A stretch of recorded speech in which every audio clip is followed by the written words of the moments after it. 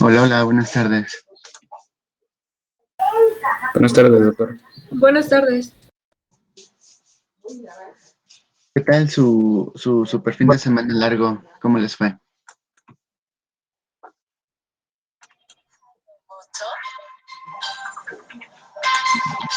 Bien, bien, profe. ¿Y usted cómo le fue?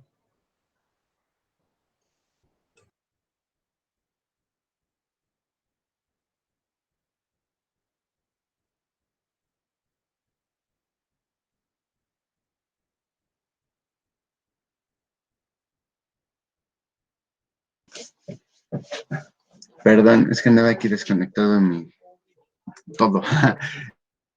Les contando que bien, hice varias cosas que tenía como atrasadas de casa, más que de trabajo. Entonces, hice eso y traté como de ver algo en el Netflix, pero no tuve éxito.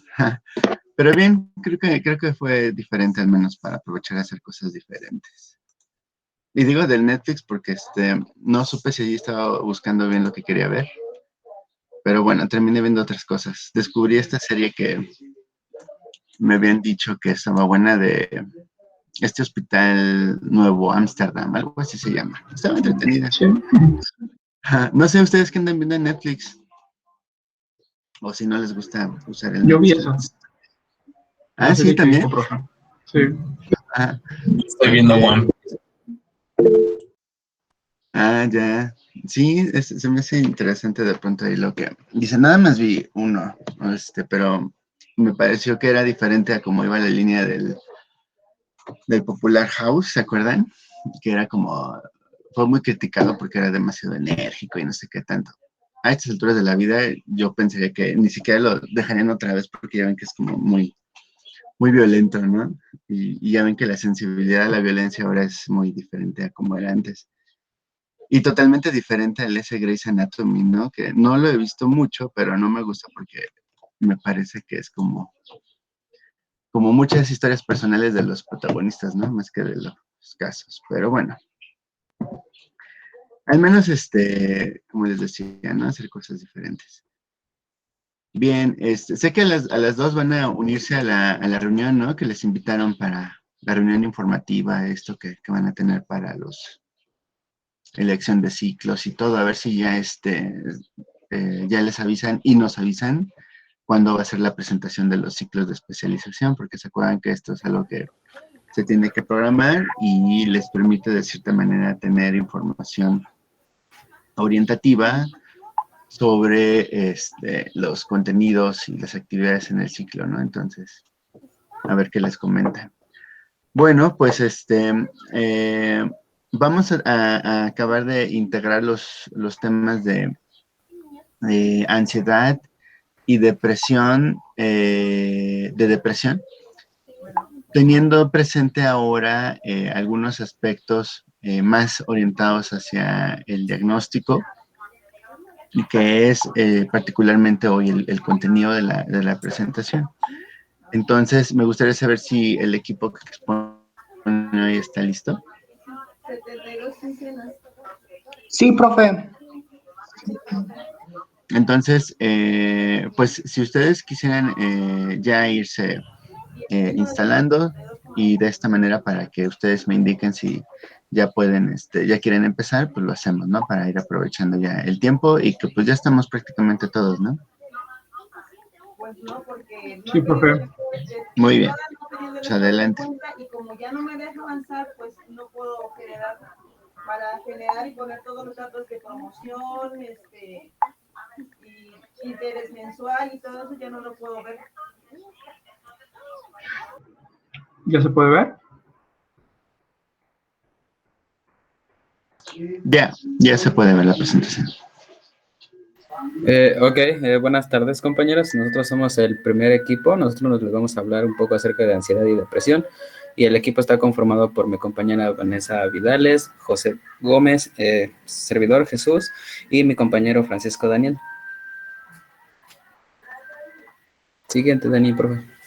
Bueno, primero que nada le vamos a dar una breve introducción. ¿Y qué es la salud? Bueno, la OMS la define como el estado de bienestar físico, mental y social, y no solamente la ausencia de afecciones o enfermedades. Bueno, esto a su vez nos deja la definición de salud mental, que es este estado en el cual el paciente es consciente de sus propias capacidades, es capaz de afrontar tensiones normales de la vida diaria y además puede trabajar de una manera productiva o fructífera para producir algún beneficio de su comunidad. Bueno, la salud mental no es un problema de estos tiempos solamente, ya ha estado presente, solamente que se ha acentuado un poco más en estas últimas instancias de la vida. Bueno, aquí les ponemos una como reflexión, pues si te duele la muela, vas al dentista, si te duele el pecho, vas al cardiólogo, y si te sientes deprimido, tienes alguno de estos otros trastornos mentales, pues vas al psicólogo o psiquiatra. Siguiente, por favor, Dani. Bueno, el panorama actual e importancia que tiene la salud mental. Bueno, los datos que les estamos presentando aquí fueron obtenidos a partir de la CONAMED. Bueno, en esto se nos menciona que los trastornos mentales representan el 14% de la carga global en enfermedades que son tratadas por el área de la salud. A su vez, también se refiere que el trastorno depresivo es considerado la enfermedad crónica con mayor prevalencia a nivel mundial y también la primera causa en discapacidad laboral. En el ámbito económico o en la esfera económica, el tratamiento de dichos trastornos mentales equivalen al 2.5 del Producto Interno Bruto, pero este dato es en países desarrollados. México no es un país desarrollado, está en vías de desarrollo, por lo cual el valor se puede ver considerablemente afectado. ¿Y cuál es la importancia de atender estos trastornos? Bueno, que se han encontrado que están interrelacionados con algunas otras enfermedades cardiovasculares, como en el caso de diabetes, por mencionar algunos, y pues bueno, al estar relacionadas con otras se les tiene que destinar más tiempo y con más tiempo también se les tiene que destinar mayores recursos. Siguiente, por favor. Y pues bueno, les voy a hablar un poco a grandes rasgos de los síntomas de ansiedad y depresión. En el caso de ansiedad, palpitaciones que se deben generalmente a un aumento en el ritmo cardíaco, sensación de ahogo que generalmente todos estos pacientes refieren debido a que creen ellos que no están percibiendo la misma cantidad de oxígeno y esto se debe a que se exponen a una situación potencialmente incómoda para ellos, angustia que va a ser un estado de alerta y fobias que en este caso pueden ser específicas o no específicas, es decir, que pueden presentar algún miedo, pero ellos no saben a qué y no pueden explicarlo. En el caso de la depresión, tristeza, que van a ser pacientes que van a estar cabizbajos regularmente, pérdida de interés en actividades que anteriormente producían un placer, es decir, ya no les van a encontrar la misma satisfacción al hacerlas, fatiga o pérdida de energía, se van a estar cansados mayormente, pérdida de apetito o aumento del apetito. En este caso pueden ser dos vertientes. En la primera que pierdan peso porque están muy deprimidos o en la siguiente que aumenten de peso porque comen de más para saciar algún vacío que ellos pudieran llegar a tener. En el otro, problemas de dormir como puede ser insomnio debido a sobreanalizar dicha situación, sentimientos de desesperanza o pesimismo debido a lo mismo en el punto anterior, a que creen que ellos mismos causaron esa situación. Retraimiento social, a que se aíslan de la comunidad para no sentir esas situaciones incómodas y desafortunadamente algunos llegan a terminar en ideación suicida.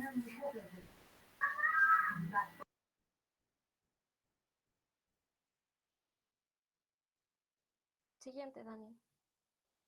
¿Sí me escuchan bien?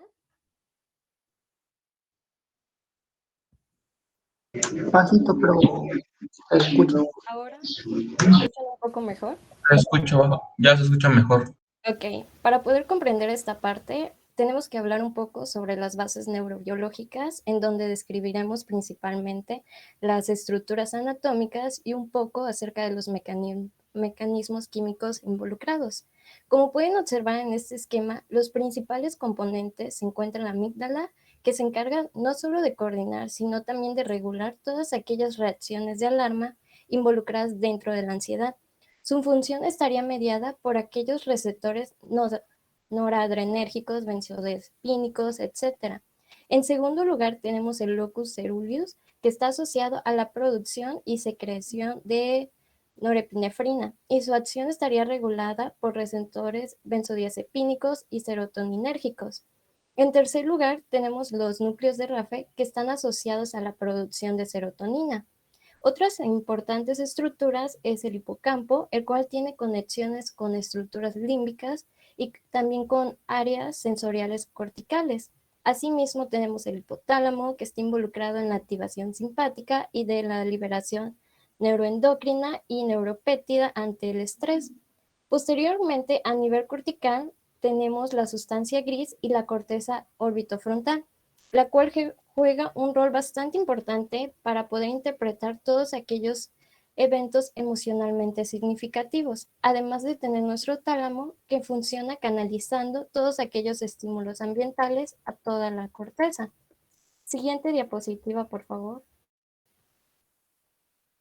Ok, este esquema parece un poco complejo, pero no lo es tanto, porque para poder interpretar esto les voy a pedir que imaginemos que estamos ante una situación de peligro, es decir, que nos podemos encontrar, no sé, nadando y que a lo lejos observamos que viene un tiburón hacia nosotros.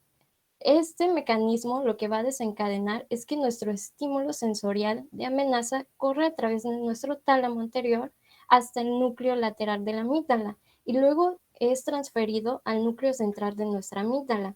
Cuando llega a este punto, la amígdala trabaja en coordinación con nuestro hipocampo para poder verificar si realmente este estímulo genera una amenaza a nosotros, ya que el hipocampo principalmente su función es de la memoria. O sea, si en situaciones anteriores esto representaba una amenaza, entonces ahorita también lo va a hacer. Y es por eso que la amígdala crea ciertas conexiones con otras estructuras para poder dar lugar a distintas reacciones. Digamos que si nuestra amígdala crea una conexión con el estriatum, habrá una activación motoesquelética para poder huir o atacar. En cambio, si es con el núcleo parabranquial, se aumentaría nuestra frecuencia respiratoria. En cambio, si es con el locus ceruleus, resulta en un aumento de la liberación de norepinefrina, contribuyendo así a un incremento de la presión arterial, frecuencia cardíaca, sudoración, dilatación pupilar, etc. ¿Le puedes cambiar, por favor?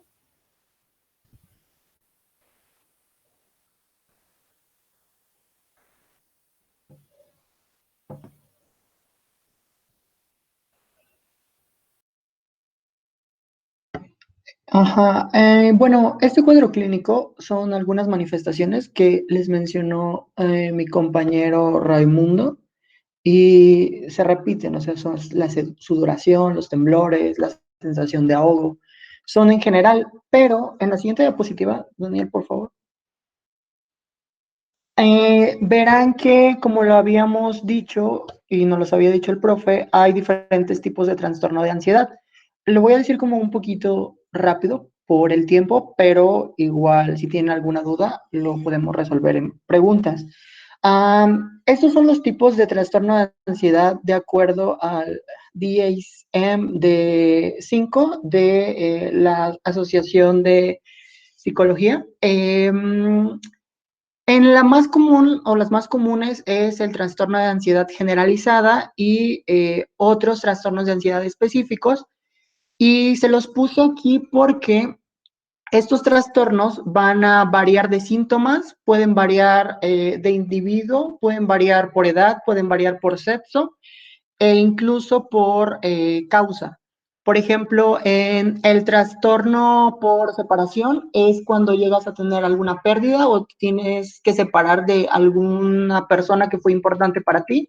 Y para que este cuadro de angustia o sensación de vacío sea considerado como trastorno de ansiedad por separación, tienen que transcurrir al menos 6 meses, o sea, tiene que durar esta sensación 6 meses en adultos y 4 semanas en niños. En el mutismo o mutismo selectivo es este miedo que tenemos a ciertas cosas, por ejemplo, a las alturas o hablar en público, estas sensaciones que no controlamos, porque muchas veces lo que se dice es, pues solo hazlo, habla y ya. Realmente lo que pasa con estos pacientes es que una vez que quieren hacerlo, su mismo cuerpo no los deja. Como se los explicó mi compañera Vanessa, estos neurotransmisores lo que hacen es controlar los sistemas que hacen posible todos nuestros movimientos, nuestras hablas, y por lo tanto se hace que esto sea un poco más torpe o incluso se disminuya. Para que sea considerado un trastorno de ansiedad, debe de pasar por lo menos un mes. Y, por ejemplo, en la fobia específica, es un miedo que debe ser persistente a algún estímulo considerado. Por ejemplo, tiene que ser de forma inmediata, luego qué pasa, y es invariable de acuerdo al objeto que lo que lo está causando. Estos también son estímulos que difieren como del tiempo, puede ser algún animal, a la sangre, a las inyecciones. Estas personas que apenas ven una aguja e inmediatamente se paralizan. Está también el trastorno social, que son este trastorno este miedo a socializar y a creer que todo el mundo está hablando de ellos, que cuando entra a una habitación automáticamente todas las miradas van para esa persona y todas las personas están hablando mal de él y no puede socializar tanto. Son todos estos trastornos de ansiedad y igual se caracteriza por este miedo repentino que no tiene razón aparente, pero que puede representar también síntomas como movimientos gastrointestinales, incluso diarrea.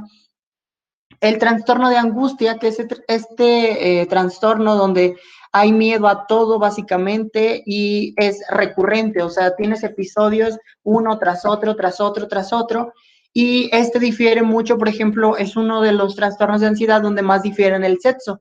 Por ejemplo, en hombres se presenta en cosas gastrointestinales, en síntomas gastrointestinales, como puede ser estreñimiento, incluso diarrea, pero en mujeres se presenta agitaciones, es decir, todo lo respiratorio, agitación o querer correr.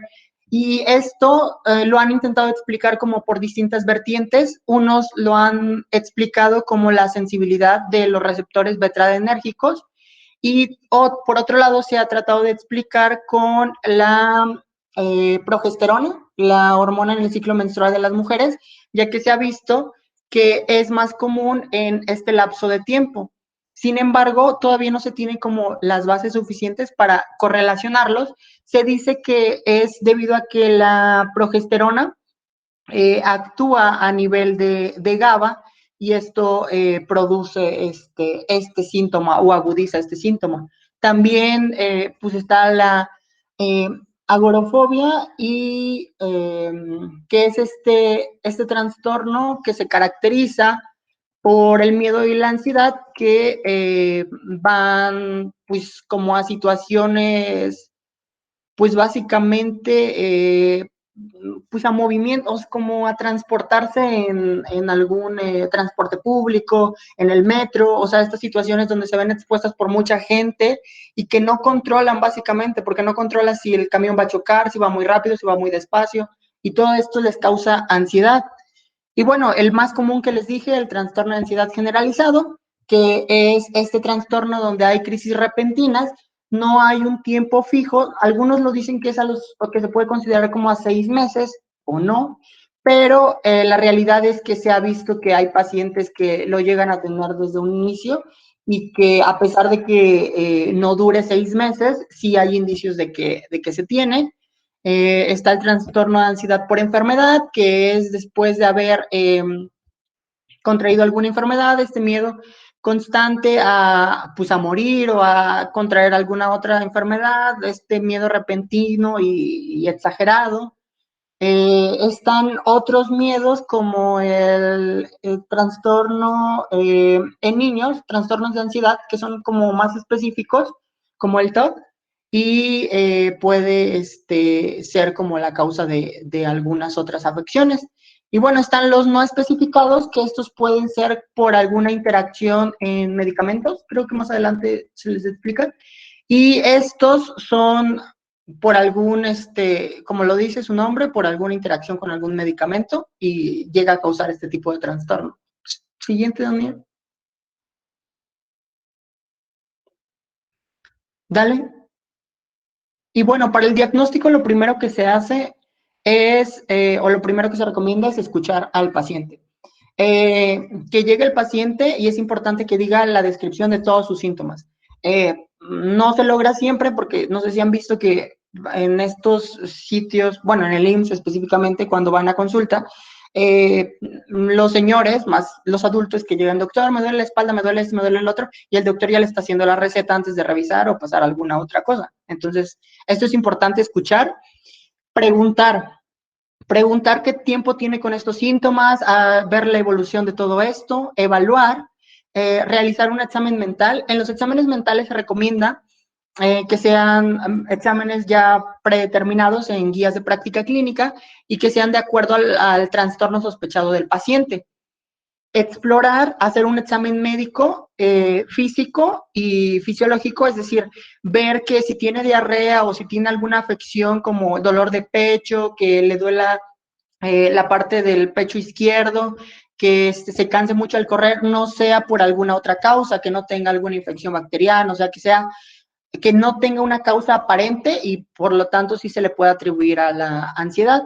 Informar, si existen síntomas de ansiedad, se le tiene que decir al paciente, se le tiene que decir que hay indicios de que hay un trastorno de ansiedad o que hay causa de ansiedad, pero no se le debe decir no tiene nada, o sea, se deben de evitar estas cosas de no tiene nada, en sus exámenes salió perfecto, porque esto solo crea una sensación de culpa al paciente que dice, ok, no tengo nada, pero yo me sigo sintiendo mal, ¿por qué es esto? Y concluir, finalmente se revisan todos los hallazgos y se crea un diagnóstico. Aquí, más que en otras enfermedades, es muy importante el papel del farmacéutico y de todos los profesionales de la salud, porque muchas veces los pacientes no le tienen la confianza inmediata al médico y algunas cosas que no se las dicen al médico se las terminan diciendo a su farmacéutico hospitalario o a algún otro profesional de la salud que sí les inspire confianza. Siguiente, Daniel, porfa.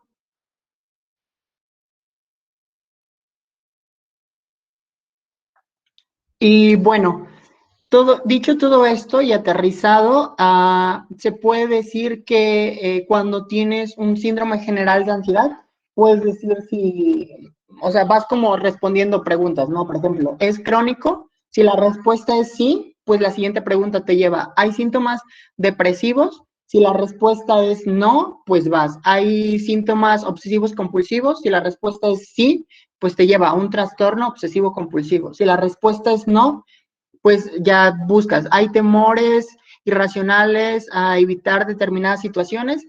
Básicamente, ese se los quise presentar para que vean que el diagnóstico es un camino que vas siguiendo de acuerdo a lo que vas descubriendo al paciente y que es algo constante. Básicamente es lo que te presentan casi todas las guías de práctica clínica. Siguiente, Daniel, por favor.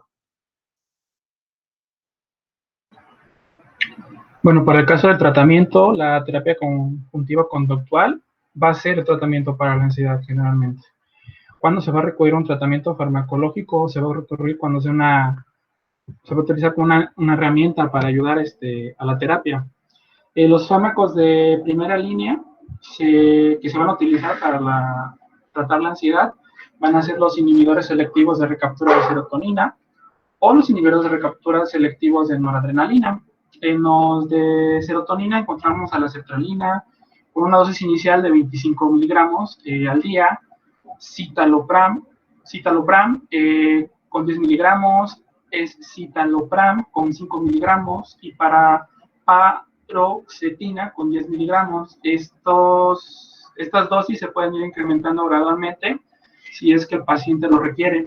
Y en el caso de los inhibidores de la recaptura selectivos de la noradrenalina, tenemos a la vaccina con una dosis inicial de 40 y máximo 150 miligramos, duloxetina con 30 miligramos y máximo de 120. Entonces, como esta terapia, este tratamiento no rinde efectos inmediatamente cuando se tiene un caso de una crisis aguda o realmente el paciente no es capaz de controlarse, se van a acudir a las benzodiazepinas. Su uso no debe de ir más allá de 4 semanas y, como lo dije, debe ser para controlar este paciente. Las utilizadas o las que se indican en las guías de práctica clínica son el alprazolam, con una dosis inicial de 2 miligramos, clonazepam con 1 miligramo y lorazepam de 5 miligramos.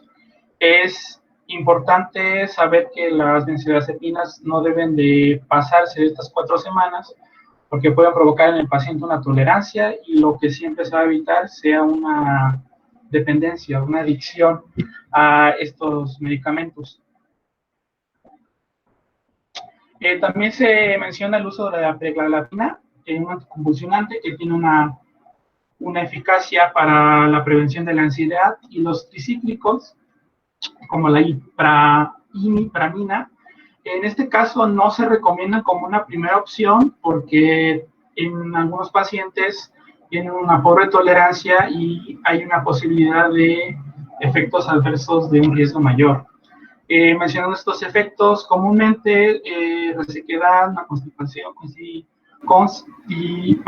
estreñimiento, cefalias, nerviosismo, náuseas, somnolencia, una transpiración. Y en el caso de pacientes que están en gestación, hay que tener en cuenta que la barrera placentaria pues es fácil de traspasar por uno de estos medicamentos y hay riesgo de que el neonato sufra alguna afección. Y en el caso de las interacciones con los AINES, se menciona que va a incrementar el riesgo de una hemorragia gastrointestinal, una pérdida de densidad ósea, y con el triptán es un grupo, si no mal recuerdo, de medicamentos utilizados para la migraña, pueden promover el síndrome serotoninérgico, que sería simplemente el hecho de que se tienen altas cantidades de serotonina, porque estos medicamentos antimigrañas también van a impedir la recapturación de esta molécula. Ok, en el caso de la depresión, aquí ocurre la neurotransmisión monoaminérgica, que está mediada principalmente por la serotonina y la norepinefrina, que son liberadas por las neuronas presinápticas.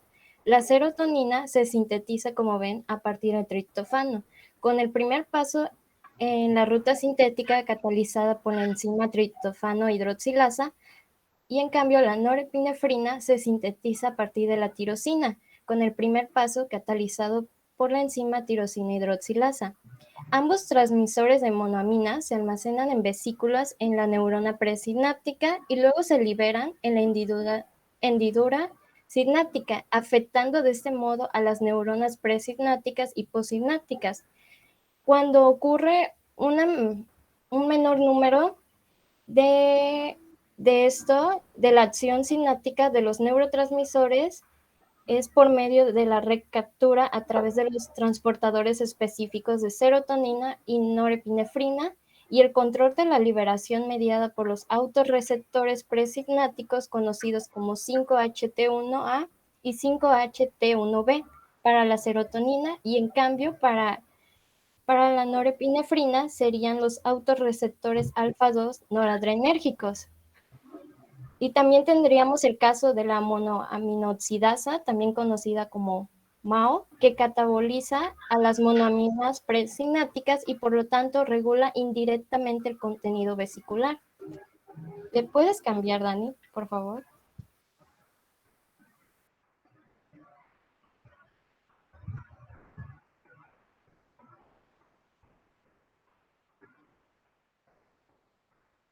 Y bueno, entre los síntomas más importantes de depresión están síntomas físicos y síntomas cognitivos.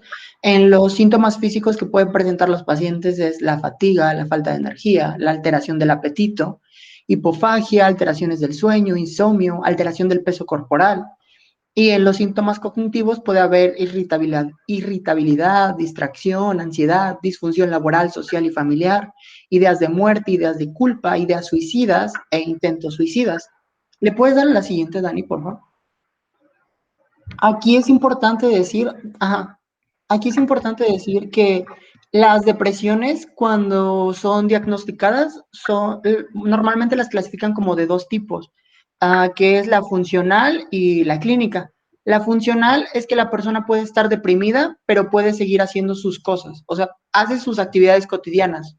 Y la clínica o la no funcional es esta depresión que le impide al paciente realizar sus actividades cotidianas tan simples como ir a trabajar, comer, o sea, cosas muy, muy simples. En la primera, por ejemplo, en el trastorno depresivo grave, los síntomas son muy agudos, interfieren con toda la capacidad para seguir realizando su vida y impide desenvolverse con normalidad. Estos sentimientos de culpa, estos sentimientos de no pertenecer, etcétera. La depresión psicótica viene acompañado de trastornos de psicosis y una ruptura de la realidad, es decir, los pacientes se deprimen y básicamente salen del mundo real y se van como a su mundo. Aquí se pueden ver distintos hipocampos del cerebro afectados, pero en general se clasifica como depresión psicótica. La depresión postparto es muy común y es esta depresión que afecta o puede afectar del 10 al 15% de las mujeres después del parto, dura aproximadamente un mes después del parto y básicamente representa como este rechazo a la maternidad o no ser lo que se esperaba, etcétera. Y en el trastorno afectivo bipolar, lo que ocurre es, hay episodios maniáticos y estos van, a pesar de que son episodios maniáticos y depresivos, van separados como por intervalos. Y estos intervalos pasas de un estado totalmente deprimido a un estado normal, es decir, estás perfectamente platicando y de la nada vas a la depresión. O sea, son estos cambios de humor muy, muy graves de un extremo a otro. Y el trastorno depresivo recurrente. Este trastorno son episodios de depresión o de tristeza, o acompañados muchas veces de tristeza, que pueden estar influenciados por el tiempo y que no necesariamente son constantes. Entonces, básicamente esto es muy común de las personas cuando hay algún cambio drástico en su vida, puede presentar algún trastorno depresivo recurrente, pero la particularidad de esta, o lo normal, es que puedes seguir siendo funcional a pesar de estos episodios. ¿Me puedes dar siguiente, Daniel, por favor? Para el diagnóstico se puede llevar o se lleva a cabo de distintas maneras. Primero se hace una detección de síntomas relevantes para establecer el diagnóstico y se lleva con la mnemotecnia SICASIS, que es psicomotricidad disminuida, sueño alterado, interés reducido, concentración disminuida, apetito y peso disminuido o aumentado, culpa y autorreproche, energía disminuida y fatiga, o incluso pensamientos suicidas. ¿Le puedes dar al siguiente, Daniel? Si estos síntomas ya se presentaron, se procede a hacer una valoración en cuanto a preguntas, como un cuestionario, en donde se checan los síntomas y se ve también las respuestas del paciente, cómo se ha sentido triste, desanimado, ha perdido el interés en las actividades, se ha sentido con falta de energía o cansancio. Vas a ver también la disminución de la atención y la concentración, las ideas de culpa, las alteraciones del apetito y peso, el insomnio, la agitación, pensamientos y actos suicidas.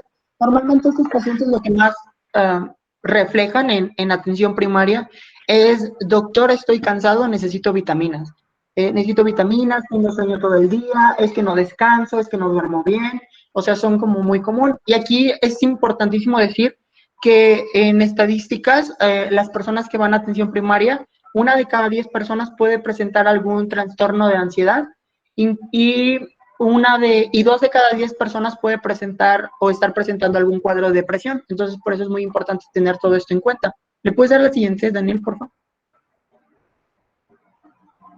Y bueno, también vas a ver la duración que tienen estos episodios y que no sea atribuible como abuso de sustancias psicoactivas, la presencia de al menos síntomas como que los episodios de depresión duran 2 semanas, que el humor depresivo es un carácter anormal, es decir, la persona casi siempre estaba bien, o sea, estaba normal, estaba contenta o estaba bien, pero de repente caen estos episodios de la nada.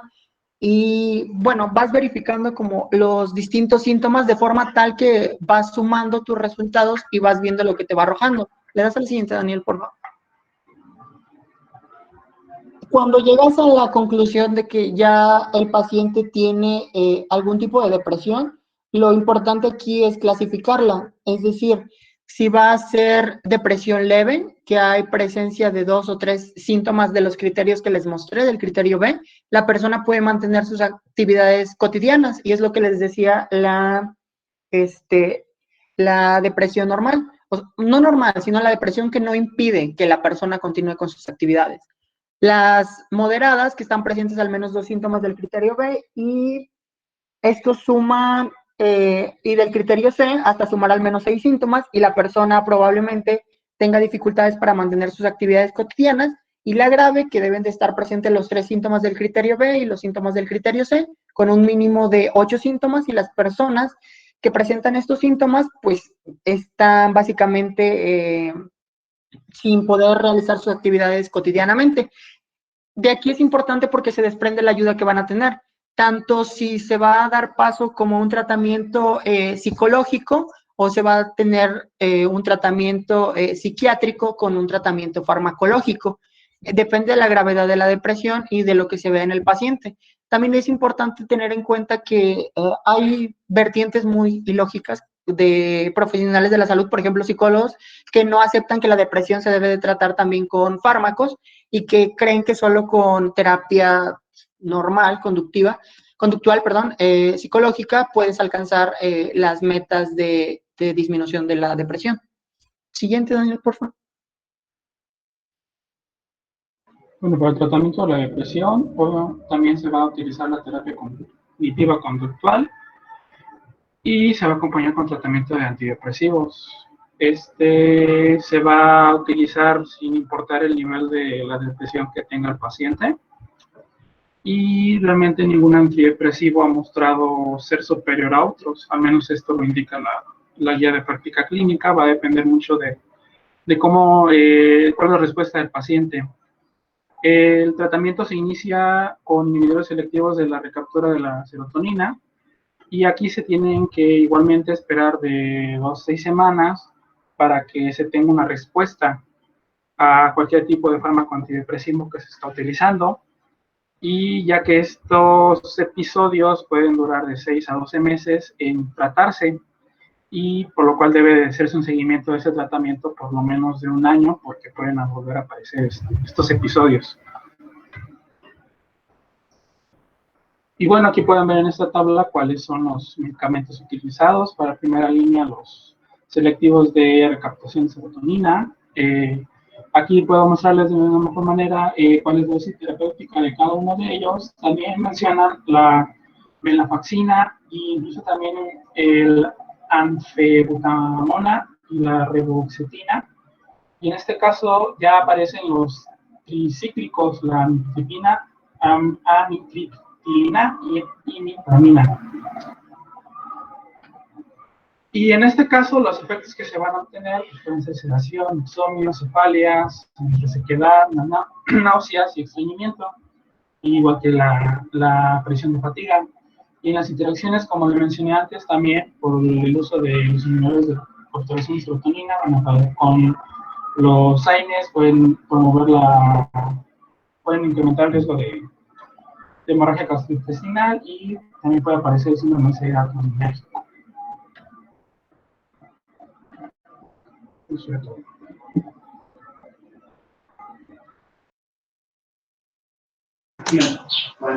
Ok, equipo. A ver, entonces, para entender cómo integraron por parte su presentación, es que recuerdo que alguien dijo que iba a haber como un panorama o introducción en donde comentaron como muy brevemente algunos rasgos de ansiedad. Entendí más los de ansiedad que los de depresión, y ya después se abocaron a comentar el abordaje para el diagnóstico, primero de ansiedad y luego de depresión. Sí, fue así como el esquema, ¿no? Que fueron ahí proponiendo de contenido. Sí, perfecto. Muy bien. Entonces, yo les voy a recomendar que antes de mandar la presentación, aseguren de poner como un título en la diapositiva justo estos títulos, ¿no? Así que digan diagnóstico o apartado para depresión o apartado para ansiedad, para que todos tengan más fácilmente indicado qué diapositivas o qué bloques van para qué cosa, ¿no? Y así no tengamos alguna confusión. Bien, me gustaría abrir el foro para escuchar preguntas por parte de sus compañeros, para escuchar comentarios o preguntas sobre el tema que expusieran sus compañeros.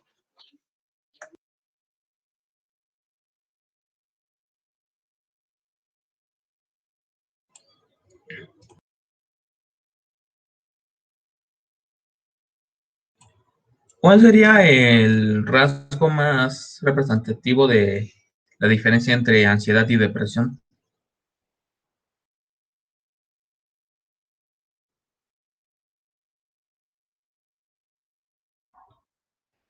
La ansiedad. ¿Alguien está hablando? La ansiedad es una sensación de angustia y esta sensación de angustia va acompañada de estrés, es decir, estas situaciones donde tú tienes que salir corriendo o que generas mucha energía acumulada, cuando estás encerrado y que te sientes aprisionado y que quieres salir corriendo y que no puedes, y es esta sensación, mientras que la depresión es la sensación de tristeza la mayoría de las veces, pero también viene acompañada de no querer hacer o no poder hacer nada, de esta fatiga, de este cansancio, que a pesar de que, ¿cómo decirlo? Pues es por parte de la afección, sí se manifiesta como tal, o sea, realmente sí te duele la espalda, realmente no te quieres levantar de tu cama, o sea, no puedes levantarte porque te duelen las piernas, porque no puedes hacer muchas cosas, o sea, es como lo más característico. Y la ansiedad, puede haber episodios de ansiedad normales, como en tu vida, que todos tenemos, como dijimos que es algo adaptativo, pero no te imposibilita. A ver, solo aquí para reforzar la respuesta. Ustedes lo dijeron y me parece que hay uno todavía más definitorio, que es creo, el interés en la pregunta. ¿Se acuerdan de la anedonia? En la exposición lo mencionaron y lo describieron. A ver, equipo, ¿se acuerdan que dijeron que era la anedonia?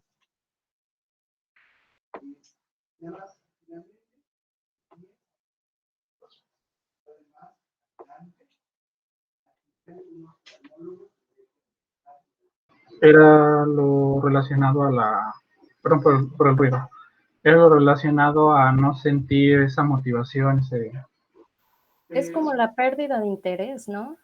Ok, ahí dejémoslo. Bien, ustedes propusieron incluso algo como más, más estructurado, pero es cierto, o sea, estamos hablando particularmente de una pérdida gradual o súbita del gusto o interés por hacer las cosas. Este rasgo todavía supera más a lo que comentaba su compañero hace unos momentos, ¿no? En estas características que nos señalaba como a manera de ejemplos. El caso de la anedonia, particularmente para la depresión, es uno de los rasgos bien importantes que van a clínicamente delatar que potencialmente una persona está transitando en este fenómeno de la depresión. ¿Sí? Creo que esta sería algo así como más, como la manera más correcta de atender a la pregunta. Y sí, después podríamos decir, como decía su compañero, decir que hay rasgos en ansiedad y en depresión, otros aparte de la anedonia, que pueden también tener esta cuestión. Pero además yo abonaría aquí otra cuestión que el equipo comentó. En la temporalidad de los datos que delatan a ansiedad o a depresión. Equipo, ¿podrían comentar esta cuestión otra vez? O sea, ¿existe una relación respecto a la aparición de estos signos o síntomas de depresión o ansiedad que sean considerados como una diferencia entre uno y otro? ¿Se acuerdan? Sí lo mencionaron, pero digo para que sus compañeros tengan otra vez esto presente. Sí, de ansiedad, pues el tiempo variaba de acuerdo al trastorno y normalmente eran 6 meses para adultos. Y Muy bien. en niños no en niños, en adolescentes más que nada, eran 4 semanas en ansiedad del tiempo. Muy bien. ¿Y para depresión? Para la depresión decía que no, o sea, te lo proponía, no te lo proponía como un tiempo fijo, pero te decía que aproximadamente si era depresión psicótica podía ser 3 meses y de las demás podía ser de 4, 3. ¿Te refieres a semanas o meses? Cuando dijiste 4 o 3. No, incluso en semanas. Muy bien, ahí vamos a dejarlo y ahorita lo retomamos. Abonando todavía más a la respuesta para la pregunta que hizo su compañero, justo es, y bien importante como decía ahí, en la ruta del diagnóstico que ponen ahí en su diapositiva a sus compañeros, cuestionar al paciente y desde luego al cuidador o al familiar, desde cuándo están observando qué tipo de datos de esta naturaleza, que ya hemos dicho, ¿no? Somática, conductual principalmente, y de esta manera saber cómo ir a hacer el preciso diagnóstico, ¿no? Entonces, me gustaría saber si quedó clara la respuesta a la pregunta que hacías.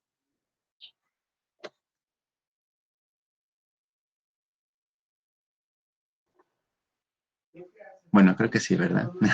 ¿Alguien más quiere hacer otra pregunta o comentario?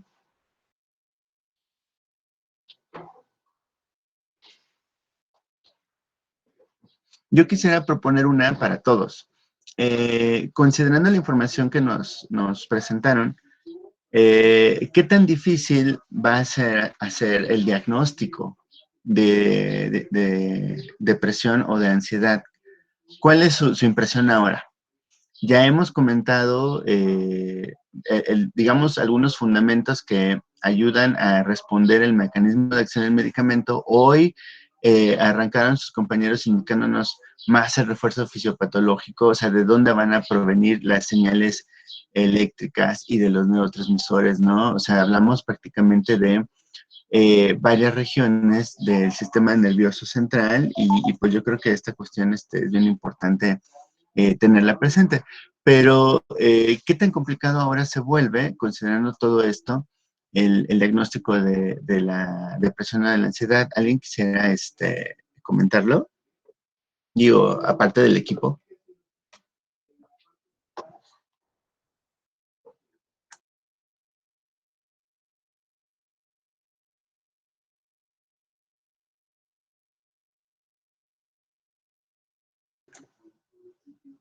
También lo podrían ver así como, oye, ¿y cómo sé si puedo tener ansiedad o depresión? Digo, creo que hoy uno de los alcances de nuestra sesión es ese, que podamos informar con cierta claridad y desde luego con datos, si efectivamente alguien puede estar en necesidad de saber si está transitando por algún episodio, ¿no? O algo así, ¿qué responderían? O sea, esto es bien importante. ¿Se van a quedar callados, como les decía la otra vez? ¿Puedo responder? Adelante. Bueno, yo le respondería como desde una perspectiva personal. O sea, yo tuve depresión y para que me la diagnosticaran pasaron 3 meses aproximadamente. En estos, a mí me hicieron primero fui a visita con un médico general y después me llevaron con un psicólogo. Posteriormente el psicólogo me empezó a hacer cuestionarios parecidos a los que les pregunté, pero en otros formatos. Incluso me ponía a jugar. Por ejemplo, me preguntó qué actividades yo disfrutaba más hacer y de eso iban estos cuestionarios que me hacía.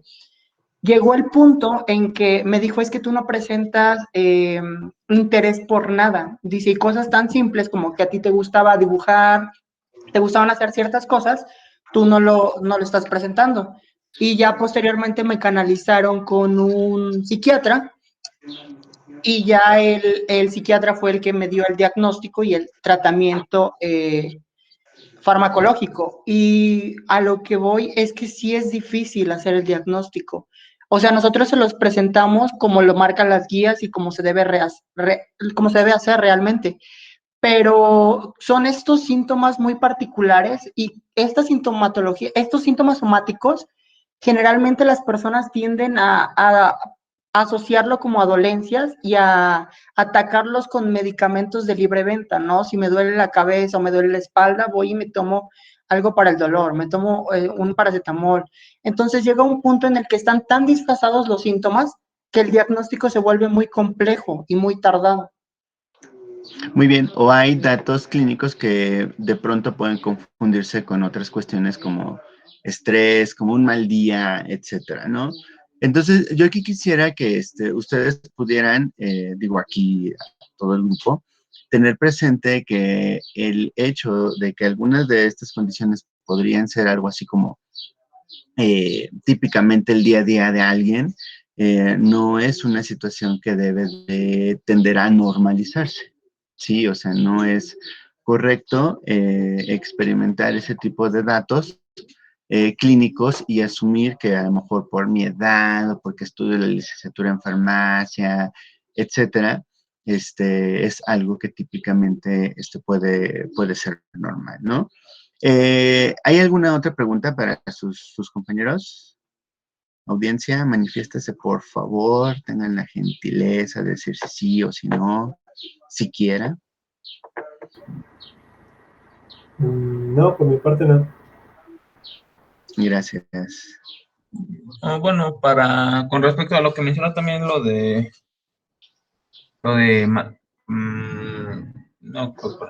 bueno, con respecto a la ansiedad y que constantemente están haciendo nuevos modelos para intentar abarcar lo mayor posible los casos de ansiedad. ¿Esto no también podrá caer en los falsos diagnósticos o en la exageración de algunos síntomas? Es posible. Creo que si tomamos en cuenta el algoritmo que comentaba su compañero e inclusive esta figura en donde su compañera nos invitaba a pensar que estábamos nadando y todo este rollo, ¿se acuerdan cómo era toda una gama de respuestas? El asunto es que sí va a ser difícil y se requerirá del expertise del especialista para poder identificar estos rasgos que claramente no guardan una relación con la enfermedad y que entonces podrían invitarnos a sugerir que esa persona efectivamente está transitando algo. O sea, tener estos falsos positivos, ¿no? Si lo queremos entender de esta manera. ¿Es difícil? Sí, pero sí requiere, en este caso, de que se tenga deseablemente una experiencia o una especialización en el manejo de este tipo de pacientes, ¿no? Claro que sería por ahí esta cuestión. De lo contrario, a lo mejor estamos magnificando algo que puede ser una causa secundaria a otra enfermedad. Se acuerdan que esta era una cuestión que nos dijeron nuestros compañeros y hay que tener esto presente. Bien, si no hay otro comentario o duda, aquí yo quiero compartir algunas diapositivas. Y siéntase con la libertad, el equipo que acaba de exponer de hacer comentarios, si quieran, para aprovechar, ¿no? Justo el tema. Y esta en particular, en lo que toca a los desórdenes de ansiedad, ¿me dicen si ya se puede ver la diapositiva? Ya, profe. Sí, Ya profe. quedó, profe. Muy bien, gracias. Entonces, sí tenemos, acuérdense, así como para recapitular esta cuestión, ¿no? Habíamos dicho que el desorden generalizado de ansiedad, GAT, es el más común y es, como lo vamos a entender para otros trastornos, es como el diagnóstico efectivamente más frecuente, pero a la vez con ciertos datos que aluden cierta dificultad en la precisión de qué trastorno. ¿Se acuerdan que en su momento habíamos comentado el caso del término rash? Y que yo les decía, ese término es tan ambiguo, tan sujeto a varias interpretaciones que aluden a que, ok, es algo en la piel que salió, pero no precisa si es algo que supura, que si es de color, si tiene bordes, si tiene elevación, así como las colonias bacterianas. O sea, el rash solo menciona que algo pasó en la piel, ¿sí?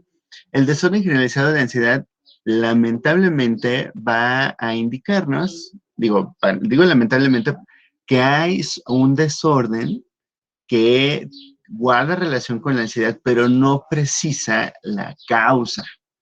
Digo, afortunadamente al menos sí sirve para poder tamizar y decir, ok, esta persona, a diferencia de otras, se va a distinguir de que potencialmente tiene datos de ansiedad. Y entonces podemos ir haciendo ya el algoritmo como poniendo ejemplos a sus compañeros y de esta manera ampliar, ¿no? Entonces, aquí se propone para esta Asociación Americana de Psiquiatría, menciona que se tienen que asociar a 3 o más de los 6 síntomas siguientes, algunos de los cuales pueden persistir por más de 6 meses. Hay autores que dicen, o sea, los que tú elijas deben de tener esta vigencia. De ahí lo que yo les comentaba a sus compañeros de esta temporalidad como un dato bien importante, ¿no? 6 meses. Y hablamos, por ejemplo, de ya en los casos de inquietud o impaciencia, la fatigabilidad que fácilmente van a tener, dificultad para concentrarse, irritabilidad o cambios de humor, tensión muscular, alteraciones de sueño, como datos que nos inviten a pensar estas personas ya tienen una historia relativamente corta, hablamos de 6 meses en este caso. Hemos escuchado mucho que en la actual contingencia sanitaria hay mucha situación muchos datos de ansiedad, ¿no? Rasgos de ansiedad y de depresión. Y entonces habría que ver, ¿no? Bueno, con claridad, sobre todo el asunto del tiempo, ¿no? Para que podamos transitar ahora a lo que yo les mostré, eso sí creo que se los mostré en alguna ocasión, a estos datos, ¿no? Estos. Si podíamos asignarle alguna de estas, ¿sí? O sea, si podía ser secundaria a alguna situación en específico, como decían también sus compañeros, ¿no? Una causa que lo generó así como muy desencadenante. Yo les ponía a lo mejor la pérdida de alguien, un accidente, etcétera, ¿no? Toda esta cuestión. Y todavía allí decían sus compañeros, y ya ven que pusieron ahí varios recuadros, en donde venían algunos de estos, ¿no? Su compañero mencionaba, pues voy a comentarlo brevemente, pero es todo un asunto, ¿no? Bien extenso, pensar ya en algún trastorno, desorden en específico que va a requerir de forma complementaria al uso de un algoritmo o una guía clínica, el uso de baterías de preguntas, ¿sí? Que hacia el final de la presentación sus compañeros mencionaban que podía funcionar como un recurso exploratorio, de cierta manera definitorio, que un experto podría en un dado momento llegar a utilizar para de esta manera poder hablar sobre estos datos, ¿no? Yo creo que por ahí va esta cuestión, ¿no? Y en lo que toca, por ejemplo, a la depresión, o sea, también se mencionó hace unos momentos pues, que existía datos de tipo afectivo y conductual que podían, en este caso, modificar la actividad o rutina de una persona de una manera así como muy, muy dramática, ¿no? O sea, y hablábamos y se señalaban algunos de estos casos, ¿no? O sea, qué tan recurrente, esto también habla de temporalidad, puede ser que en una persona se evidencien estos datos o signos de depresión y cuáles en un dado momento podrían amparar la necesidad ya de la prescripción de un medicamento, ¿no? Entonces, creo que ahí es importante esto tenerlo muy, muy presente. Y miren, su compañero también respondía hace unos momentos en lo que toca la temporalidad sobre la importancia que ésta tiene para la identificación. O sea, decía, para ansiedad, hablamos en los últimos 6 meses cómo se están comportando los rasgos, y ahí ya veíamos que a lo mejor, si tomábamos en cuenta la guía clínica, lo que decía, a lo mejor estos son los signos que tendrías tú que explorar y que haya 3 o 4 de 5, los que sea indicados en el documento. Vean aquí la diferencia, ¿no? O sea, hablamos de los siguientes síntomas presentes por más de 2 semanas, en más de 5, o sea, 5 datos de estos, incluyendo invariablemente la anedonia, ¿sí? Humor deprimido o pérdida de interés o gusto por hacer las cosas que normalmente se hacían, ¿sí? Yo le agradezco a su compañero su testimonio que nos comentaba, y el rasgo que en este caso yo les mencionaba, que es muy, muy indicativo más para depresión, y es lo que diferenciaba a este trastorno del de ansiedad, ¿no? La anedonia. O sea, tendríamos que sumar a otros 4 datos, pero siempre y cuando esté presente. Sí, este va a ser muy común en la literatura, los autores y en las guías se comenta que la anedonia debe de ser el principal rasgo a identificar en este tipo de cuadros de depresión, más otros. O sea, si hubiera lo de líbido, energía, pensamientos, incluso sin anedonia, se vuelve complicado hacer el diagnóstico de depresión, ¿no? En este sentido. Y refrendando el asunto de que fuera de la anedonia, claramente tenemos rasgos que sí van a ser muy diferentes en lo que toca a estos datos de conducta que comentaba su compañero, ¿no? Algunos de ansiedad respecto a los de depresión, que podían hacer que prácticamente estuviéramos muy como limitados, ¿no? Su compañero decía, ¿no? Sin esta capacidad o fuerza de querer hacer las cosas, porque tanto física como anímicamente es posible observar este tipo de rasgos en las personas. ¿De acuerdo? Entonces, aquí yo quisiera preguntarles, ¿creen ustedes que en el diagnóstico, por ejemplo, de la depresión, sirvan las baterías de preguntas que comentaba, por ejemplo, su compañero? ¿Creen ustedes que el seguir un cuestionario permite identificar un diagnóstico, por ejemplo, de ansiedad o de depresión? ¿Qué opinan ustedes? Pues te dará una idea de qué es lo que va a tener, pero realmente va a depender más de como decía, de la experticia del tratante. Ok, gracias. ¿Alguien levantó la manita por ahí? Es que no veo.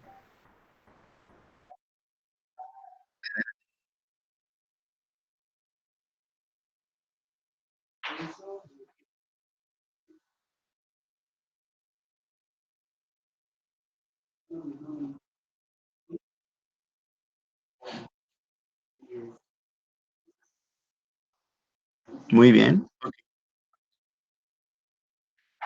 Muy bien. ¿Alguien más quisiera comentar algo sobre si... Yo creo que los cuestionarios tal vez sean como la herramienta más sencilla de usar, pero muchas veces los pacientes también tienden a hacer menos sus síntomas. O sea, tal vez si te preguntan, ¿te sientes mal? Ellos pueden interpretar la pregunta de otra forma, comparándose con otras personas que de verdad se sienten mal según ellos o ese tipo de situaciones. Ok. Y muchas veces esas preguntas son muy ambiguas, así que tal vez sean un buen punto de partida, pero siento que no aplica para la mayoría de los casos. Ok, gracias. Vi que levantó la mano alguien aquí. J. Barraza. ¿Quieres comentar algo? O igual... Ajá. Sí quería comentar algo. Quería limitarme principalmente, no quería ofrecer un punto de vista farmacéutico, más que nada personal, con base a lo poco que puedo saber. Y pues respondiendo a su pregunta, yo creo que como tal los cuestionarios son útiles, es cierto, como lo refieren mis compañeros. Sin embargo, me limito a creer que hay cosas que se pueden hacer o recomendar, claro, por parte de un experto, para poder empezar a tratar el padecimiento. O sea, se puede indagar o se puede percibir que hay algo, evidentemente, cuando alguien va a consulta, o no. Sin embargo, el diagnóstico no lo es todo. Me refiero a eso. El diagnóstico es importante, es cierto, para poder escoger una terapia adecuada. Ahí es donde entraría el farmacéutico. Sin embargo, hay cosas que se pueden hacer mucho antes del diagnóstico. Yo pienso que como profesionales de la salud deberíamos de privilegiar, es cierto, un correcto diagnóstico, pero también las acciones oportunas. Y cuando un paciente llega con cierta sintomatología, con ciertas características, incluso podría ser un paciente que llegue con alertas, no vas a esperarte 3 meses a poder diagnosticarlo para poder hacer algo, sino más bien empiezas con ciertas acciones. Y en un futuro podrás pasar a lo siguiente, que vendría siendo el diagnóstico. Ok, gracias. Me gusta cómo ven las cosas respecto al diagnóstico y sobre todo el uso del recurso, porque el asunto es que efectivamente el uso de este tipo de recursos es orientativo, exploratorio, puede ayudar a afinar el diagnóstico, pero no representa necesariamente el diagnóstico final. Porque seguramente a lo mejor les ha tocado a ustedes de pronto ver o que alguien le contestó, lo vi en con una youtuber que se ponía a leer un instrumento para decir si tenías depresión o ansiedad y entonces ahí empezamos a tener un montón de cosas que seguramente les ha tocado escuchar o ver que dicen o hacen asumiendo un papel de expertos cuando no lo son. ¿Sí? Entonces, desde allí tenemos un riesgo de no comprender adecuadamente, ¿no? El término está en inglés que ponen, ¿no? Del misunderstanding, ¿no? Que habla de esta incapacidad, a veces no intencional, de la comprensión de la información. Y por otro lado, esto lleva a que a lo mejor no se tenga oportunidad de escuchar, como dijeron, y de observar, como también lo dijeron, datos en tiempo que permitan tomar o ayudarnos a tomar medidas más que correctivas, preventivas, que esto siempre va a ser el ámbito de la atención primaria y de muchos servicios farmacéuticos en donde podemos participar. Y quisiera rematar aquí la cuestión, me voy a desviar un poquito. ¿Han visto ustedes este tipo de baterías de preguntas? Bueno, la mayoría, entiendo que algunos, aquí comentaba su compañera hace un rato que nos decía que le tocó contestar a un cuestionario, pero yo quisiera saber, ¿los demás ya conocen o han visto algunos de estos cuestionarios? Por ejemplo, para depresión. Yo no había visto ninguno de estos cuestionarios o baterías de respuestas. Personalmente no, pero quizá mi compañera Jeremy, que levantó la mano hace rato, puede responder eso. No estoy seguro. Ok. También veo una manita levantada por aquí de José.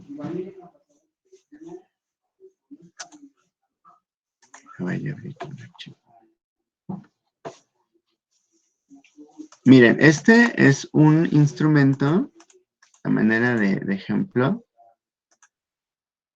Voy a empezar a poner un documento en Word.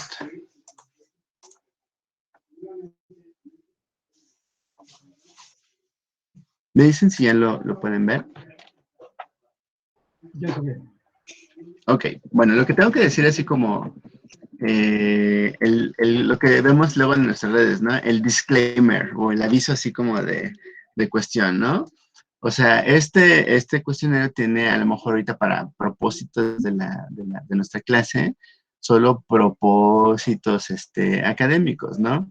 O sea, que ustedes vean en un determinado momento, a manera de ejemplo, un instrumento que puede ser utilizado para investigar, como dice allí, la posible presencia de depresión, que es PHQ-9. Se trata de un instrumento que tiene un carácter autosuministrado, quiere decir que si uno lo lo prepara en un formato que una persona lo pueda contestar, esa persona se siente así como en la confianza de decir, ok, me lo llevo, deme unos minutos y lo contesto y se lo doy, ¿sí? O sea, no está diseñado para que nosotros podamos leer la pregunta, porque esto ya saben, ¿no? Habla de que podemos sesgar la posible respuesta o deformar el contenido original. Indica que aquí para la persona que lo conteste, en las últimas 2 semanas, qué tan frecuente el paciente se ha sentido incómodo con alguno de los siguientes problemas, ¿no? Como les decía, este instrumento autosuministrado, ya una vez esté ajustado en el instructivo, porque así es lo que se hace, puede en un momento indicar, ¿no? Responde usted a las siguientes preguntas sobre qué tan frecuente es o se ha sentido incómodo en las últimas 2 semanas respecto a esto, ¿no? Y entonces se dan cuenta que vienen aquí algunas escalas que hablan de temporalidad. O sea, por ejemplo, respuestas como en ningún momento, varios días, más de la mitad de los días. O sea, habla de que en más de una semana ha tenido estos datos, o casi todos los días. Se incluye entre paréntesis en esta versión un valor que seguramente habla de un puntaje, de un valor de intensidad, ¿no? Y entonces, aquí las preguntas son, ¿no? Poco interés o gusto al hacer las cosas. Entonces, aquí ustedes están diciendo claramente esta pregunta está explorando la anedonia. Sentimiento de tristeza o depresión o desesperación, que estábamos pensando en las últimas 2 semanas, ¿no? Y responder en función de esto. Caídas constantes o quedarse dormido o dormir demasiado, sensación de cansancio o con poca energía, falta de apetito o come en exceso, sentimiento de incomodidad hacia sí mismo, ideas de fracaso o permitir que las cosas empeoren, problema para concentrarse como la lectura, ver la televisión, moverse o hablar muy lentamente, que ni siquiera le percibe la gente, o bien lo contrario, pensamientos de suicidio o dañarse a sí mismo de alguna manera, ¿no? Entonces, el paciente marca y nosotros ya en la interpretación, ahorita les voy a decir por qué digo nosotros, se tiene que hacer como una sumatoria. Pero además se agrega una pregunta extra que realmente no tiene un puntaje, porque el instrumento es de 9 preguntas como tal, pero en este solamente es nuevamente una cuestión exploratoria e indicativa, ¿no? Si se han marcado algunos de los problemas, ¿qué tan difícil, o sea, de los ítems anteriores, qué tan difícil le han vuelto su trabajo o su vida en casa o para socializar con las personas? O sea, por ejemplo, el hecho de que tenga problemas para concentrarse, qué tan difícil le han hecho mi trabajo, o ir a la escuela, o querer responderle una videollamada a alguien, ¿no? Si no me han afectado, si ha sido un tanto difícil, muy difícil o muy extremadamente. Si lo marca aquí, el paciente no va a tener ningún puntaje. Pero los que sí, que se marcarían aquí, ya podemos hacer esta categorización, o sea, considerando los puntos que yo les decía que estaban ahí entre paréntesis, y se tienen estos rasgos de respuesta. O sea, es de posible depresión. Acuérdense que en el instrumento lo decía así, ¿no? De tal manera que habla de categorías de severidad, como les comentaba, ¿no? De mínimo, ligero, moderadamente severo o severo, cuando los puntajes son muy altos. O sea, si una persona dijera casi todos los días, o sea, un puntaje de 3 para los 9 casos que se plantean, o sea, pues tenemos el tope, ¿no? Los 27 puntotes. O sea, si habla como que esta persona necesita hacer algo. Este instrumento, así como lo ven dispuesto, forma parte del manual de seguimiento farmacoterapéutico que hacemos en pacientes con diabetes o con perfil de síndrome metabólico, porque se trata de un instrumento que tiene oportunidad de ser empleado por proveedores de salud, incluyendo el farmacéutico, pero como les decía en el disclaimer, ¿no? Así como sí, como tenga cuidado o precaución de usarlo, ¿no? Como proveedor de salud. Se trata de un instrumento que solo dará datos o rasgos que requieren que un experto ahora sí lo verifique o lo compruebe con otros instrumentos, con su respectivo algoritmo o guía clínica según fuere el caso, o una entrevista, ¿no? Sabemos que, por ejemplo, para muchos pacientes adultos mayores, particularmente esta condición puede ser relativamente frecuente, ¿no? Hay publicaciones que lo asocian precisamente justo al caso de vivir mucho tiempo con ansiedad, perdón, con la hipertensión o con diabetes, ¿no? Entonces, hay que explorarlo. Nosotros como farmacéuticos, al menos cuando pensamos en pacientes que tienen 3 o 4 visitas en el servicio, cuando esto es posible, se recomienda aplicarlo una vez y es orientativo. A la persona se le invita a contestar el instrumento y en caso de que nosotros verifiquemos algo, es decir, que hay en este caso alguna cuestión, o sea, aunque sea ligero o mínimo van a decir ustedes, pero ¿cómo se interpreta lo mínimo? O sea, va de 1 a 4 puntos. La recomendación que nosotros en la capacitación que le hacemos a los becarios es, o sea, hay que revisar, aunque nos diga un 1, o sea, en cuál situación. Por ejemplo, si un paciente con diabetes nos dice que tiene falta de apetito o come en exceso, nosotros podemos preguntar, ¿qué es lo que sucede de estos dos en su caso? ¿Come de más o come de menos? ¿Sí? Y en ambos casos, para una persona con diabetes, esto es información valiosísima porque, como veremos, lo que queremos es que coma lo suficiente y balanceado, ¿sí? Pero si existe un rasgo, además de ¿no? Que hable de, por ejemplo, ese tipo de sentimientos, igual que sea un 1, entonces ya podemos decir, oiga, médico tratante, ¿podría usted hablar con su paciente un poco más porque encontramos esto? ¿Sí? Y entonces depositamos ahora sí que estos datos del instrumento en los ítems que corresponden más para él, porque él puede hacer el envío a un segundo nivel de atención según él haga a lo mejor ahí su intervención como médico familiar y seguirá la ruta que deba, ¿sí? Pero nosotros, ya se dieron cuenta, no diagnosticamos, simplemente hicimos una identificación de ciertos rasgos que podrían apuntar hacia eso, ¿sí? No sé si queda claro la utilidad que puede tener un recurso como que creo que queda dentro de este contexto que comentamos, que ustedes me hacían saber en sus opiniones, sobre el valor que puede tener el uso de baterías. O sea, está bien, pero hay que dar un uso adecuado y no así como categóricamente final de que, ok, ya me dijo que tiene tantos puntos y ¿qué cree, doctor? Usted tiene un paciente que claramente tiene depresión moderada.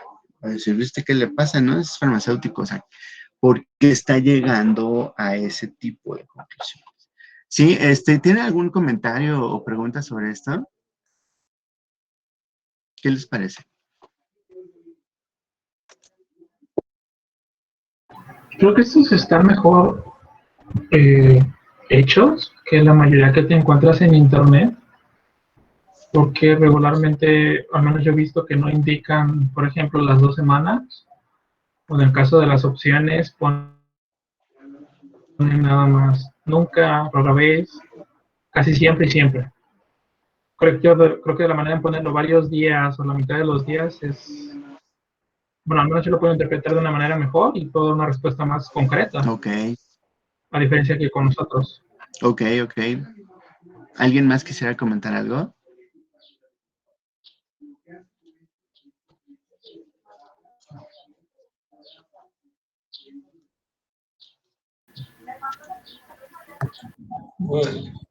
Pues que sí, te va a valer más la opinión como del experto y de su diagnóstico para la enfermedad. Bueno, también siento que más los formularios de ese tipo de preguntas van a caer en el hincapié como para saber si al médico general o a la persona no especializada en psicología o en el tema, sepa si debe de trasladar al paciente al área respectiva. Sí, que lo derive, ¿no? Como para percibir si, no, esto tal vez sea o tal vez esto no. Más Sí, que o sea, esto es o esto no es.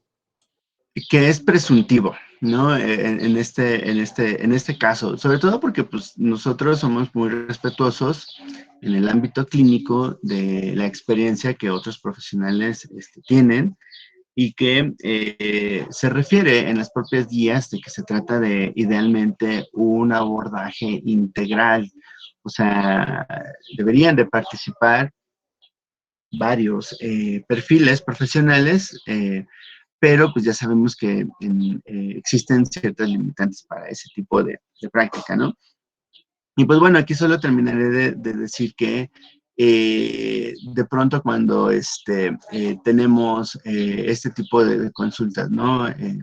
Es que lo leí, hice el test o hice la prueba de no sé qué cosa y resulta que sí tengo la depresión. Entonces hay que primero, no, hay que como que tener una postura así como punitiva, así de, ya fue a revisar esto, de seguro lo vio en el Facebook o se lo andan pasando en el WhatsApp, este tipo de cuestiones.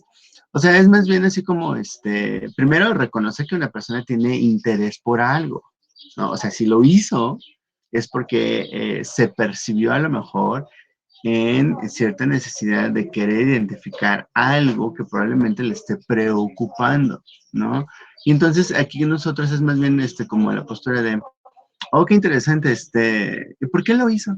¿A qué le motivó en un dado momento llevar a hacer este cuestionario? Y entonces ahí es, como creo que todos coincidimos hace unos minutos, a tener la voluntad de escuchar y observar lo que el paciente puede manifestar en este sentido. Digo, paciente porque pues de pronto estamos hablando del entorno de un campo clínico, pero, o sea, yo les decía hace unos minutos, ¿no? O sea, si en un momento cambiamos esta postura, ¿no? De cuando alguien nos pregunta, un amigo, un familiar y todo este rollo, o sea, creo que nuestra visión, en este caso de proveedores de información, no de diagnósticos, podría tener una utilidad, ¿no? En este caso, de a quién podrías consultar o esta cuestión. No se trata de que ustedes les acerquen este instrumento, por eso yo les decía este disclaimer, para que ustedes vean, ¿no? El asunto que puede tener el que alguien ocupe esto, ¿no? Y por ejemplo, porque luego el asunto es que, es que yo lo vi en una clase y me dijeron que esto funcionaba. Un momentito, yo dije que esto tenía este propósito y esta cuestión, pues para no meternos en problemas, ¿no? Sobre todo del alcance que pueda tener algo, ¿no?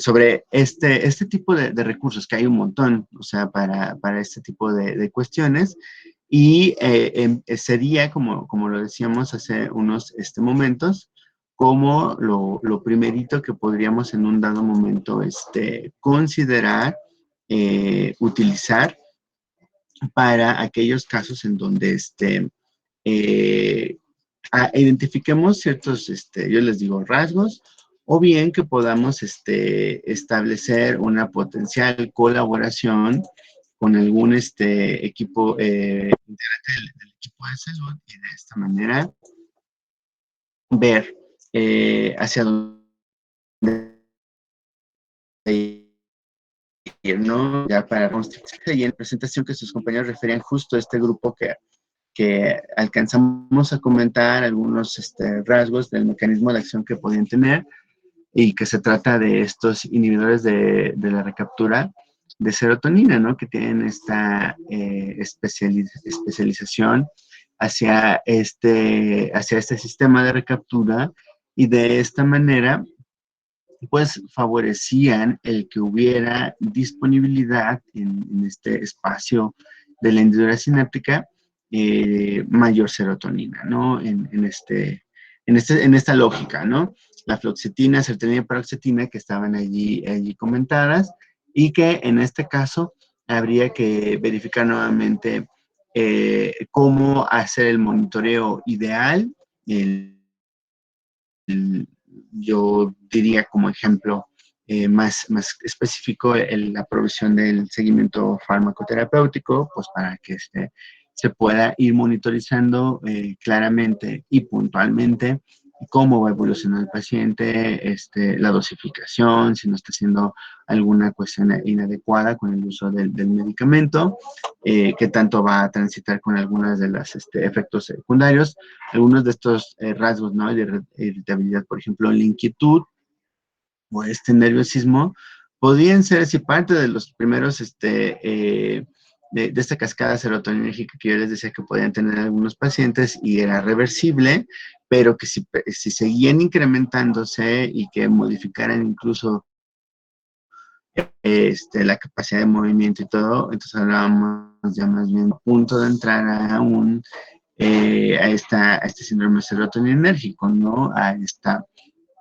elevación de serotonina, ¿no? Entonces, allí habría que ver esta cuestión y habría que también identificar si otros datos, como particularmente los tremores o estos temblores en los músculos o diarrea, son incrementales o que les puedo decir así, que los pacientes que empiezan a tomar estos medicamentos en un principio no tienen ningún problema ni de temblores ni de tránsito gastrointestinal, particularmente el caso de la diarrea, pero meses después empiezan a evidenciarlos, ¿no? De que van a la consulta y dicen, mire, me está temblando ahorita aquí mi pernita, ¿no? Entonces, esto habla también, sobre todo el caso de los tremores y la diarrea, de que hay que verificar la dosis porque es posible que sean datos del síndrome serotoninérgico, ¿no? Entonces, habría que ver esta cuestión, ¿no? Y nuevamente, como he dicho, para el caso, por ejemplo, de las benzodiazepinas, habíamos dicho el caso de los tricíclicos, verificar si convenía tener combinación entre ellos, porque, o sea, me refiero a que si vamos a utilizar estos SSRI, como vemos ahí, y benzodiazepinas, que no vayamos a estar en riesgo de incrementar el riesgo de presión del sistema nervioso central, ¿no? De estos rasgos, ¿no? En el caso, por ejemplo, de la trazodona o bupropión, que en este caso pueden también tener una oportunidad de dar más disponibilidad de concentraciones mayores de serotonina para el caso de la trazodona. El asunto es que tienen mayor riesgo de tener otros medicamentos, pero para algunos casos, en específico de depresión de ámbito generalizado, o sea, que no es secundaria A o que no es esta depresión de larga duración, podrían ser útiles. Nuevamente aquí tendríamos que pensar en el planteamiento que les decía para la ansiedad. El tratamiento para la depresión es para toda la vida. Lo ideal es no visualizarlo así, ¿no? O sea, porque luego los familiares comentan, ¿no? O sea, que ya es mi hija, mi hijo, no sé, lo que sea, mi familiar tiene que tomar este medicamento para toda la vida.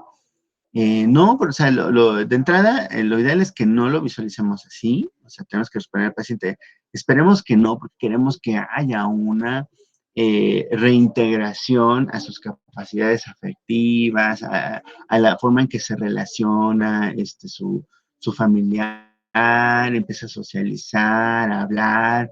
Esto va a llevar tiempo, pero esperamos que en el horizonte vuelva a hacer las cosas que hacía anteriormente con el mismo gusto que hacía anteriormente. Ese es el escenario ideal.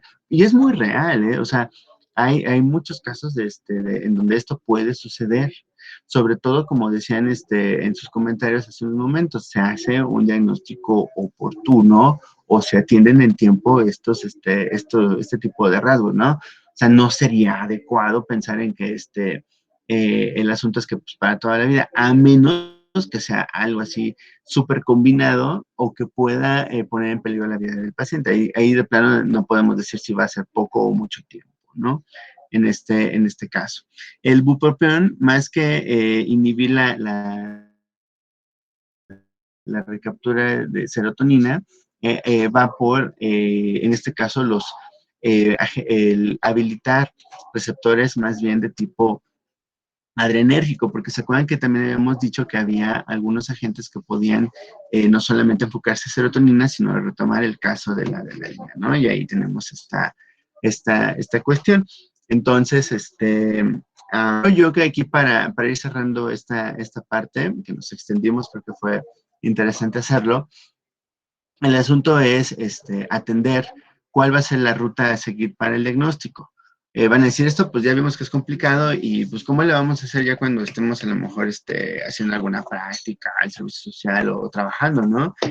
Lo ideal es que, por ejemplo, si ese sitio en el que lleguemos hace caso o atiende una guía clínica, hay que preguntar, oigan, ¿y aquí esos pacientes con depresión o hablando de depresión o de ansiedad, aquí qué tipo de guía clínica profesan, ¿no? Casi.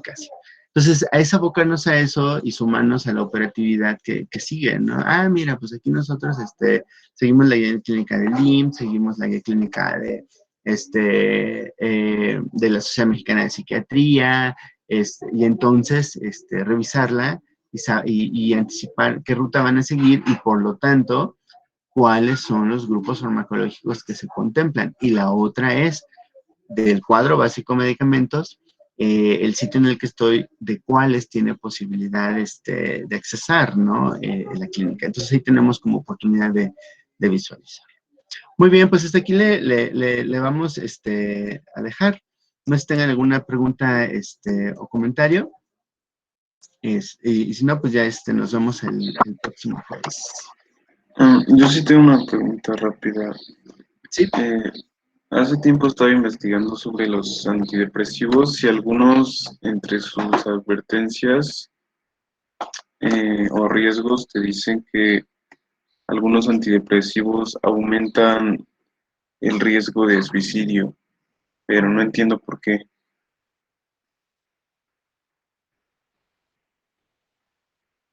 Se muteó. Okay. Es que no prendí el micrófono. Ajá.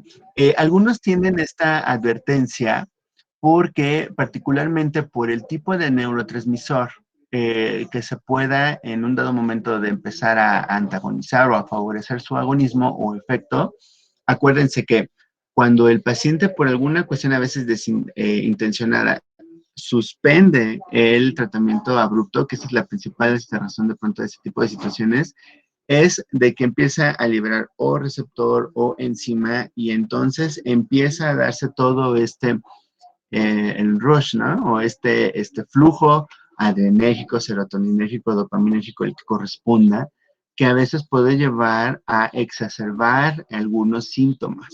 ¿Se acuerdan que habíamos comentado para el caso de las benzodiazepinas, que cuando se suspendían abruptamente, yo les decía, cuando esto ocurre, se libera en este caso este flujo dopaminérgico y entonces tenemos como un rebote, lo cual puede ocasionar de cierta manera que algunos datos clínicos que parecían ser controlados ya no lo estén y por el contrario, como que motiven más o a los datos de ansiedad o a los de depresión, incluyendo lo del suicidio, ¿no?